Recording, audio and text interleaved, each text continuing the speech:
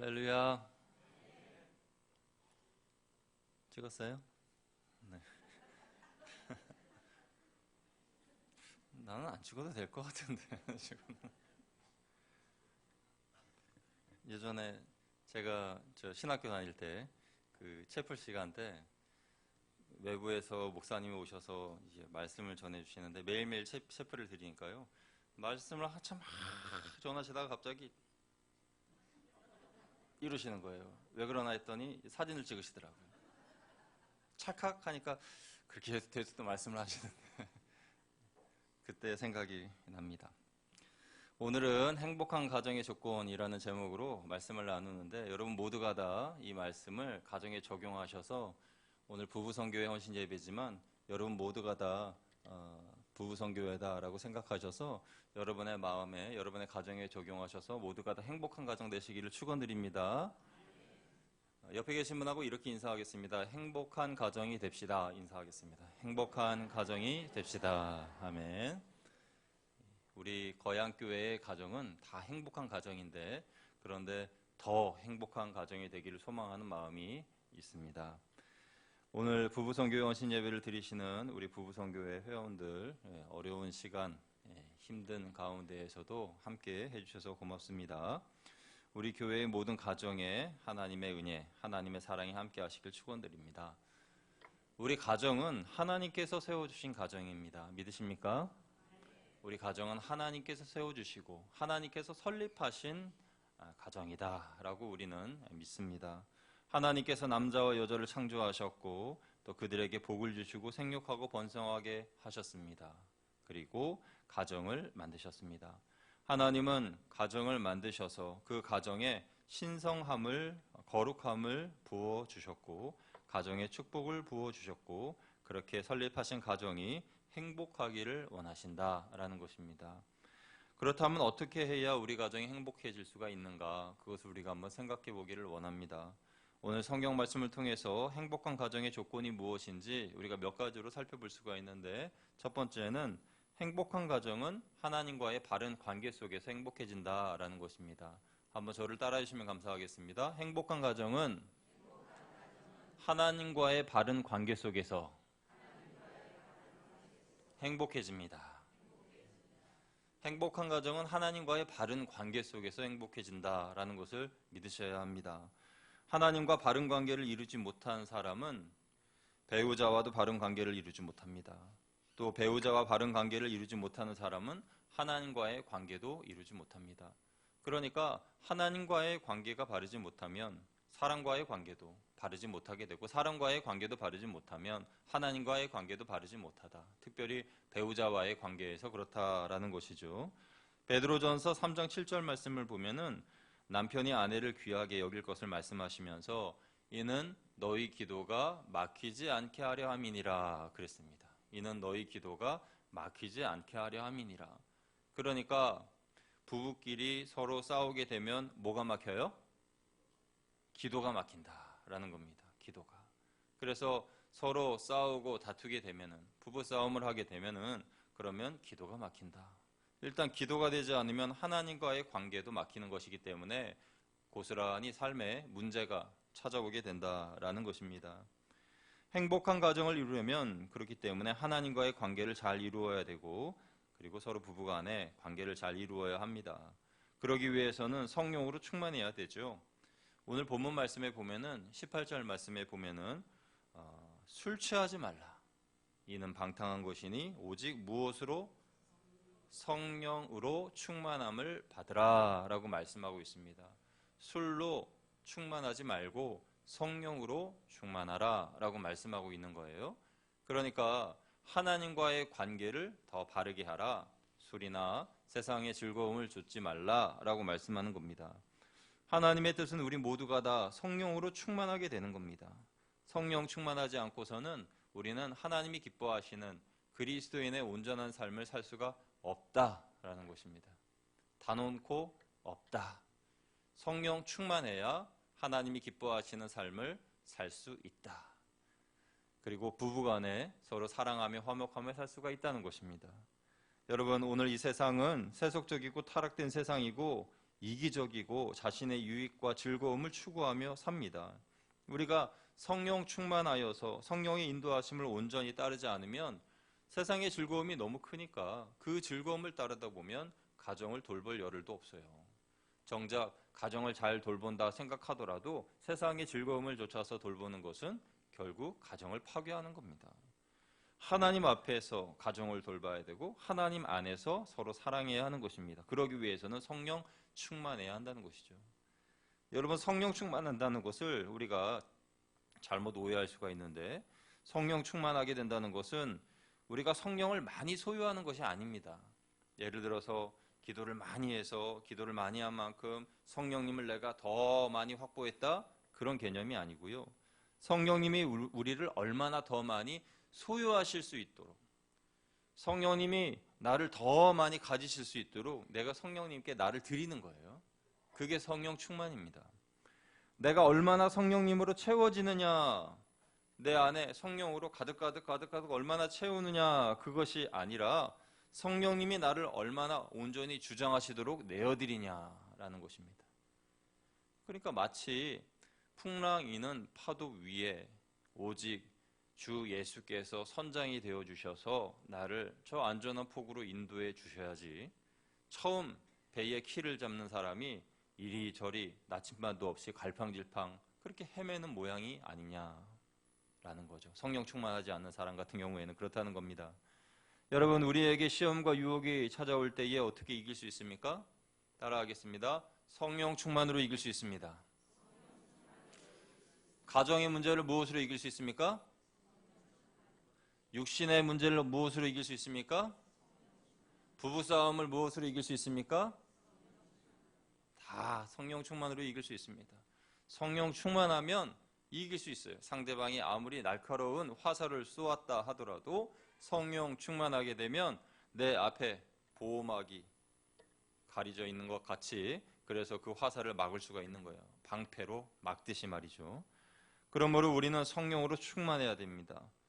우리 삶에 열매가 없고 남에게 전도도 하지 못하고 말도 못하고 설득도 못하고 그래서 복음의 증인으로 살 수 없다. 어떻게 해야 합니까? 역시 성령 충만해야 합니다. 성령 충만하면 그 모든 것들이 다 해결이 되는 겁니다. 성령으로 충만한 사람은 성령님의 지배를 받습니다. 그래서 18절 아까 읽은 말씀에 보면 술 취하지 말라, 이는 방탕한 것이니 오직 성령으로 충만함을 받으라. 여러분, 술에 취하면 술의 지배를 받죠? 성령으로 충만해야 성령의 지배를 받는 것입니다. 술에 취하면 사람이 나쁘게 변합니다. 그런데 성령에 취하면 사람이 좋게 바뀝니다. 성령 충만하면 원한의 마음이 사라지고 용서하는 마음이 생깁니다. 두려운 마음이 바뀌고 담대한 마음으로 바뀝니다. 미워하는 마음이 사랑의 마음으로 바뀝니다. 그렇기 때문에 행복한 가정의 첫째 조건은 성령으로 충만한 겁니다. 여러분, 가정 모두가 성령으로 충만하시길 축원드립니다. 두 번째, 우리 가정의 행복한 조건, 두 번째는 무엇인가? 감사하는 마음을 가질 때 행복한 가정이 된다라는 것입니다. 우리 20절 말씀 같이 읽어볼게요. 20절 자막 보겠습니다. 읽습니다. 시작. 범사에 우리 주 예수 그리스도의 이름으로 항상 아버지 하나님께 감사하며. 아멘. 범사에, 범사라는 것은 모든 일에, 그리고 누구에게 감사하라 그랬습니까? 항상 하나님 아버지께, 아버지 하나님께 감사하라 그랬습니다. 여러분, 우리 가정에서 불평하는 말 또는 큰 소리, 잔소리가 많아지면 우리 생활에 점점 어려움이 생기게 될 겁니다. 남편이 그러든지 아내가 그러든지 큰 소리치고 불평하고 잔소리하게 되면 서로 힘들어집니다. 대개가 남편들은 아내가 잔소리한다라고 생각하지만 아내들은 남편이 오히려 잔소리한다라고 생각하는데, 그런데 사실 서로를 향해서 잔소리를 하는 겁니다. 남편이 직장에서 힘든 날을 보내고 집에 돌아와서 집에서 화를 내고 투덜거리는 말을 합니다. 그런가 하면 아내는 잔소리하는 은사를 가진 아내가 있어서 끊임없이 잔소리를 하죠. 저희 부부는 둘 다 운전을 할 줄 압니다. 그래서 운전을 하면, 제가 운전을 할 때에는 옆에 거기를 조수석이라고 그럽니까? 그 옆에 있는 거기서 끊임없이 저한테 잔소리를 합니다. 속도 좀 낮춰라. 속도를 낮추면 속도 좀 높여라. 저 노란불이 탁 하면은 진작에 멈춰라. 또 진작에 멈추면 너무 빨리 멈췄다. 뭐 이런 얘기를 해요. 그래 제가 아유 그럼 당신이 운전해. 그러면서 당신한테 집사람한테 저 운전대를 맡깁니다. 그럼 어느새 제가 잔소리를 하고 있습니다. 엑셀 살살 밟아라. 브레이크 꽉 밟지 마라. 좀 천천히 출발해라. 그러니까 이거 어떻게 해야 돼요 그러면? 그 자리에 앉기만 하면 잔소리를 하는데 그래도 우리는 싸우지 않는다고 생각합니다. 다른 사람은 어떻게 볼지 모르겠지만요. 남편이 직장에서 힘든 날을 보내고 와서 잔소리하는 거나 아내가 남편을 기다리면서 그 기다림에 지쳐서 또 왜 이렇게 늦게 왔냐고 잔소리를 하거나 그 말의 근원을 들어가 보면 서로를 좀 알아달라는 건데 서로를 좀 이해해달라는 거고요. 대화하고 싶다는 건데 그 포인트가 맞지 않아서 서로 싸우게 됩니다. 여러분 왜 아내는 잔소리를 합니까? 남편에 대해 불만이 있기 때문이죠. 왜 남편은 아내에 대해서 잔소리를 할까요? 마찬가지입니다. 그런데 남편이나 아내에게 필요한 것은 감사하는 마음이죠. 하나님께 감사하고 서로에게 감사하는 마음을 가지게 되면 불평은 사라지게 됩니다. 어떤 분이요 이민을 가서 자수성가하셨습니다. 그분이 세탁소도 하시고 또 굳은 일도 많이 하시고 그래서 아이들을 다 대학교 보내고 그리고 이제 은퇴하실 나이가 다 됐어요. 그런데 그 막내 아들이 공인회계사에 합격했습니다. 그 CPA에 합격해서 그래서 이제 자기 집의 재정 상황을 살펴보니까 마음에 안 드는 거예요. 그래서 아버지한테 쓴소리를 합니다. 그러니까 아버지한테 뭐라고 말하냐면 아버지는 재정 관리를 잘 못하고 계시는 것 같아요. 통장 잔고가 얼마 있는지 좀 확인해 보세요. 그리고 체계적으로 이 재정 관리를 하셔야지 이렇게 하시면 안 되죠. 제가 공부해 본 바로는 아버지는 이게 좀 잘 못하고 계시는 것 같아요. 그러니까 이 아버지가 하신 말씀이 아들아, 아버지가 이민 올 때 아무것도 없었고 바지 두 벌밖에 없었다. 그런데 내 자산 관리를 해보면 그 바지 두 벌 외에 내가 가지고 있는 것, 그리고 너희들이 대학 간 것, 너희들이 누리고 있는 것, 우리 집이 있는 것, 그리고 차가 있는 것, 그리고 조그마한 가게가 있는 것, 이것이 다 하나님이 우리에게 주신 그런 축복이다. 남겨진 자산이다. 계산할 게 뭐 있냐 이렇게 이야기하셨다고 해요. 그러니까 그 아들은 어설프게 배워서 자기 집을 보니까 정말 가정의 그 재산 관리를 잘 아버지가 못하고 있는 것이라고 생각을 하는데 아버지의 눈에서 볼 때는 이민 갈 때 입었던 그 두 벌 외에 나머지는 다 하나님이 주신 거니까 그 모든 것들이 다 감사하고 그 모든 것들이 다 플러스인 거예요. 여러분, 여러분의 삶에도 여러분이 처음 가정을 꾸려서 시작하실 때의 그 시점과 지금 예배드리며 여러분의 자녀들이 잘 자라고 또 손주 손녀들이 대학교 가고 그리고 여러분의 가정에 차도 있고 집도 있고 또 건강하고 이런 모든 것들을 여러분의 자산으로 믿으십니까? 하나님이 여러분들에게 다 주신 것을 믿으시나요? 그럼 우리는 감사할 수 있습니다. 그 감사가 있다면 가정은 행복해집니다. 여러분, 하나님이 우리에게 믿음을 주셔서 영생을 주셨고 우리는 천국을 소유하게 되었습니다. 그리고 이 세상에 살아갈 때 우리는 가정이라는 하나님의 따뜻한 보금자리를 얻게 되었고 그리고 배우자 그리고 자녀들과 함께 부모님과 함께 또 일터를 다니면서 또 좋은 교회에서 신앙생활하면서 우리는 살고 있습니다. 이 모든 것들이 얼마나 감사한 일입니까? 범사의 우리 주 예수 그리스도의 이름으로 항상 아버지 하나님께 감사하라 라는 이 말씀을 삶으로 실천할 때 우리는 정말 감사하며 살 수 있습니다. 우리 가정은 정말 행복한 가정이 될 수가 있습니다. 이것이 두 번째 조건입니다. 세 번째는요, 바른 질서를 가질 때 가정이 행복해집니다. 따라해 주시면 감사하겠습니다. 행복한 가정은 바른 질서에 의해 이루어집니다. 바른 질서에 의해 이루어집니다. 오늘 본문의 22절에서 24절 말씀 같이 읽어볼게요. 22절에서 24절 시작. 아내들이여 자기 남편에게 복종하기를 주께 하듯 하라. 이는 남편이 아내의 머리됨이 그리스도께서 교회의 머리됨과 같음이니 그가 바로 몸의 구주시니라. 그러므로 교회가 그리스도에게 하듯 아내들도 범사에 자기 남편에게 복종할지니라. 아멘. 여기 보면요, 하나님께서 가정에 질서를 주셨습니다. 그 질서는 남편이 그 가정의 리더로 세워지는 것입니다. 남편이 아내의 머리다라고 말씀하고 있습니다. 남편과 아내가 함께 자녀의 머리가 되고 남편은 그 아내의 머리가 된다라는 것입니다. 그런데 여러분 어떻습니까? 많은 남편이 가정의 리더 역할을 잘 하지 못합니다. 가정의 일을 아내에게 다 맡겨버리고 아이들이 아빠에게 뭘 물어보면은 엄마한테 물어봐 라고 엄마에게 떠넘겨버립니다. 남편이 그렇게 되는 데에는 아내의 책임도 좀 있죠. 주도적인 아내는 가정을 자기 뜻대로 주관하려고 합니다. 그렇게 되면 어떻게 될까요? 자녀들도 자기 마음대로 하려고 합니다. 오늘 성경 말씀에 아내들은 남편에게 복종하라 라고 말씀하고 있는데, 이 복종이라는 말은요, 그 사람에게 자신의 모든 것들을 다 내려놓고 포기하고 굴복하고 굴종하고 그런 뜻이라기보다도 존중하라는 것입니다. 존중하라.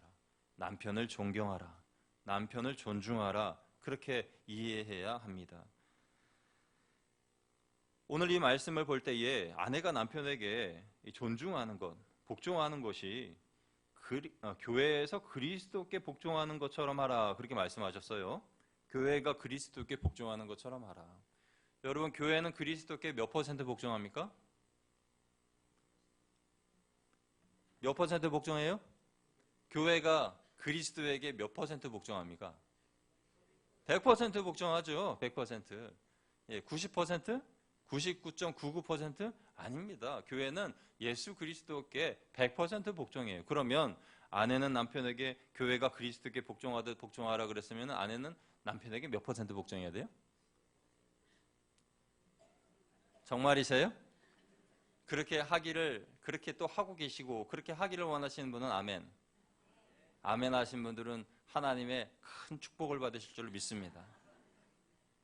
진짜 100% 복종하라고 말씀하고 있잖아요. 교회가 그리스도께 복종하듯이 복종하라라고 말씀하셨어요. 여러분, 남편에게 복종하라는 말, 이 말에 너무 기분 나빠하지 마십시오. 남편을 존중하라, 남편을 존경하라 라는 말인 것이죠. 몇 년 전에 미국 중부에 있는 시러큐스 대학에서 결혼한 많은 부부들을 인터뷰했는데, 그 질문 중에 당신은 결혼 생활에서 무엇을 원합니까? 배우자에게 무엇을 원합니까? 라는 그런 질문이었어요. 그 질문에 대한 남편들의 첫 번째 대답, 가장 많은 대답은 무엇이었을까요? 그것은 아내의 존경이었습니다. 아내가 저를 좀 존경해 줬으면 좋겠습니다 라는 그런 대답이었어요. 얼마나 아내로부터 존경받지 못하면, 또 아내가 얼마나 남편을 존경해 주지 않으면 그런 대답이 제일 많았을까요? 남편들은 아내가 존경해 주는 것을 알 때 가장 힘이 나고 가정을 위해서 자신의 모든 것을 바칠 마음을 가지게 됩니다. 모든 위대한 남자 뒤에는 위대한 아내가 있다라고 그러는데, 그 말을 어떤 분이 이렇게 바꿔서 말씀하시더라고요. 모든 위대한 남자 뒤에는 위대한 아내가 아니라 칭찬하는 아내가 있다. 칭찬하는 아내가 있다. 존경하는 아내가 있다. 그러니까 위대한 남자 뒤에는 그 남편을 칭찬해주는 아내가 있다는 거예요. 시러큐스 대학에서 두 번째 질문을 합니다. 아내에게 당신이 결혼 생활에서 원하는, 그러니까 배우자에게 원하는 것은 무엇입니까? 라고 할 때에 아내들의 첫 번째 대답은 무엇이었을까요? 남편들은 아내로부터 존경받는 것, 존경한다는 말, 존중받는다는 것이라 그랬는데, 아내들이 결혼 생활에서 남편에게 원하는 첫 번째 대답은 남편의 관심과 사랑입니다.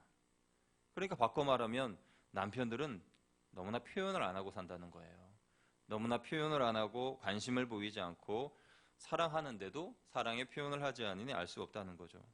그래서 오늘 본문에서 말씀하는 아내에 대한 남편의 사랑은 세 가지로 요약될 수 있는데, 지금까지는 아내가 남편에게 대한 말씀이었고요. 지금부터는 남편이 아내에 대한 말씀이니 여러분 잘 들어보십시오. 남편이 아내에 대한 사랑, 첫 번째는 희생적인 사랑입니다. 우리 남편분만 희생적인 사랑을 하겠습니다. 시작. 사랑을 하겠습니다. 아멘. 희생적인 사랑을 하겠습니다. 우리 25절 말씀 같이 읽어봅니다.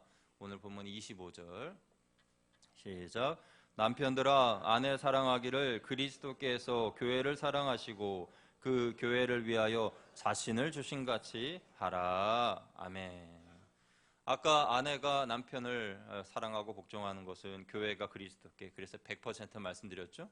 그러면 이 남편이 아내에게 하는 것은 무엇입니까? 예수님께서 교회를 위하여 자신을 주신 같이. 예수님께서 자신을 어떻게 주셨어요?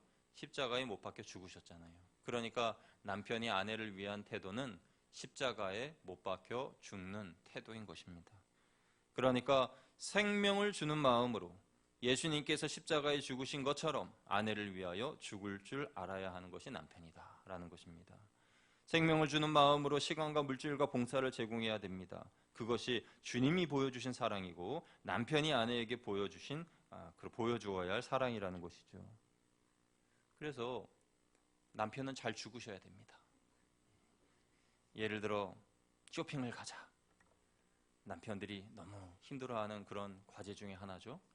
잘 죽어주셔서 처음부터 끝까지 조금도 싫은 내색하지 마시고 같이 다녀주시고, 산책하자 할 때 집에서 누워서 잠자고 싶지만 그래도 조금 더 싫은 내색하지 않고 잘 죽어주셔서 나 자신을 부인하고 나를 십자가에 못 박으면서 산책길에 같이 동참해 주시기를 축원드립니다.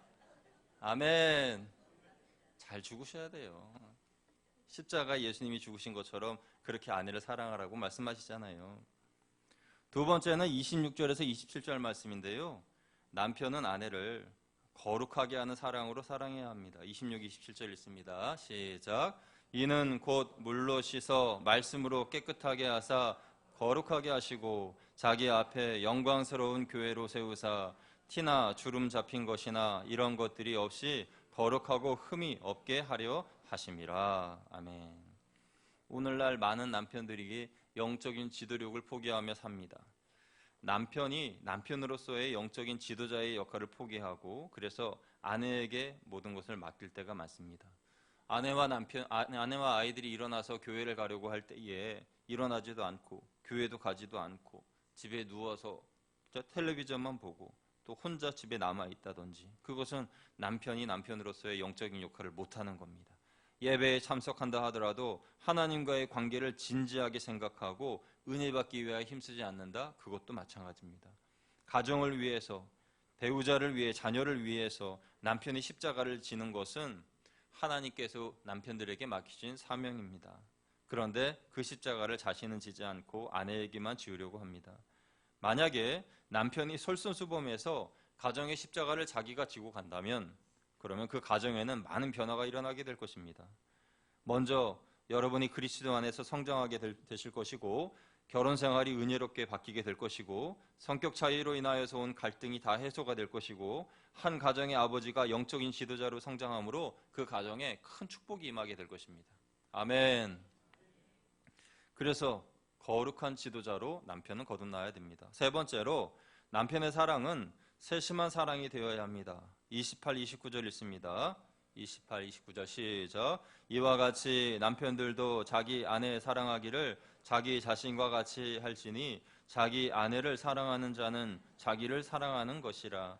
누구든지 언제나 자기 육체를 미워하지 않고 오직 양육하여 보호하기를 그리스도께서 교회에게 함과 같이 하나니. 아멘. 여러분, 남편은 아내에 대하여 관심을 가져야 하고 세심한 관심을 가져야 합니다. 그런데 그 세심한 관심을 가질 때에 생각만 세심한 관심을 가지지 마시고 실천으로 옮겨주셔야 됩니다. 생각만 하지 마시고 사랑의 행동으로 실천해 주셔야 됩니다. 져주는 삶을 실천해 주시고 그리고 섬기는 삶을 실천해 주시고 먼저 솔선수범하는 행동을 보여주셔야 서로 사랑하고 행복한 가정을 이뤄갈 수가 있습니다. 여러분, 결혼 생활에는 세 종류의 부류가 있다고 하죠. 세 종류의 결혼 생활 부류가 있는데 첫째는 남편과 아내가 서로 이기려고 경쟁하는 가정입니다. 남편과 아내가 서로 지려고 하지 않는 그런 가정이에요. 이런 가정은 결혼한 지 얼마 안 된 가정들이 이런 가정들인 것을 볼 수가 있습니다. 옆에서 자꾸 부추기죠. 한 번 지면 평생 져야 돼. 그러니까 절대 지면 안 돼. 하면서 자꾸 싸움을 부추깁니다. 자기는 평생 지며 살면서. 그렇게 싸움을 부추기는 그런 사람들의 말에 속지 마시고, 그렇게 계속 싸우게 되면은 갈등이 일어나게 되고 서로를 향하여서 각을 세우고 또 말로써 또 침묵으로써 서로의 마음에 상처를 입히죠. 두 번째 부류는 이기고 지는 가정입니다.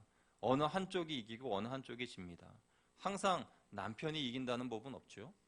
남편이 항상 질 수도 있고 아내가 항상 질 수도 있는데, 그런데 그런 가정도 하나님께서 기뻐하시는 가정은 아닙니다. 왜냐하면 한 명은 날마다 승전가를 부를 것이고 한 명은 날마다 패배감에 땅을 치면서 통곡하겠죠.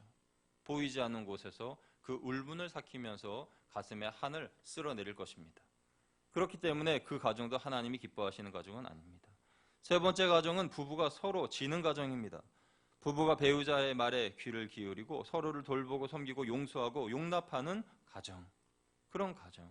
그래서 피차 복종하는 가정, 피차 복종하는 부부, 피차 존경하고 피차 경외하고 서로의 짐을 서로 나누어지는 그런 부부, 그런 가정을 하나님께서 기뻐하시고 원하신다는 겁니다.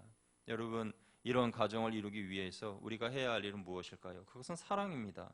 남편은 그리스도의 사랑으로 아내를 사랑해야 되고, 아내는 남편을 존경하며 세워주어야 합니다. 그리고 우리 가정은 주님을 경외하는 가정이 되어야 합니다. 그때 우리는 피차 복종하면서 행복한 가정을 이루게 될 것입니다. 그런데 여러분, 오늘 본문을 기록한 사도 바울은 오늘 본문 말씀을 기록하면서 교회에 대한 말씀으로 마치게 됩니다. 지금까지 행복한 남편과 행복한 아내의 관계에 대하여 설명하면서 행복한 교회도 이와 같다라고 말씀하고 있는 겁니다. 행복한 교회도 이와 같으니 32, 33절에 이렇게 결론을 내리는데요. 32, 33절로 같이 읽어보겠습니다. 시작. 이 비밀이 크도다. 나는 그리스도와 교회에 대하여 말하노라. 그러나 너희도 각각 자기의 아내 사랑하기를 자신같이 하고 아내도 자기 남편을 존경하라. 아내와 남편의 사랑의 확장으로서 교회의 사랑을 말씀합니다. 교회는 신령한 가족입니다. 우리는 교회를 통해서 행복한 가정을 이루어 나갈 수가 있습니다. 우리가 원하는 것은 가정 같은 교회, 교회 같은 가정이 되는 것입니다. 한번 따라해 주시면 감사하겠습니다. 가정 같은 교회, 교회 같은 가정. 가정 같은 교회라는 것은 무슨 말입니까? 그 가정이 교회처럼 거룩해지고 섬기고 사랑하는 그런 공동체가 된다는 것이고, 교회 같은 가정이란 무엇입니까? 그 교회 같은 가정이라는 것은 가정 안에 그러한 공동체성과 사랑이 회복된다는 것이겠죠. 오늘 부부선교회 회원분들의 모든 가정과 거양교회의 모든 성도님들의 가정이 행복한 가정이 되시고, 그래서 우리 교회가 더 행복한 교회, 더 기쁨이 넘치는 교회, 더 하나님의 사랑이 성장해가는 그런 교회가 되기를 주님의 이름으로 축원드립니다. 함께 기도하겠습니다.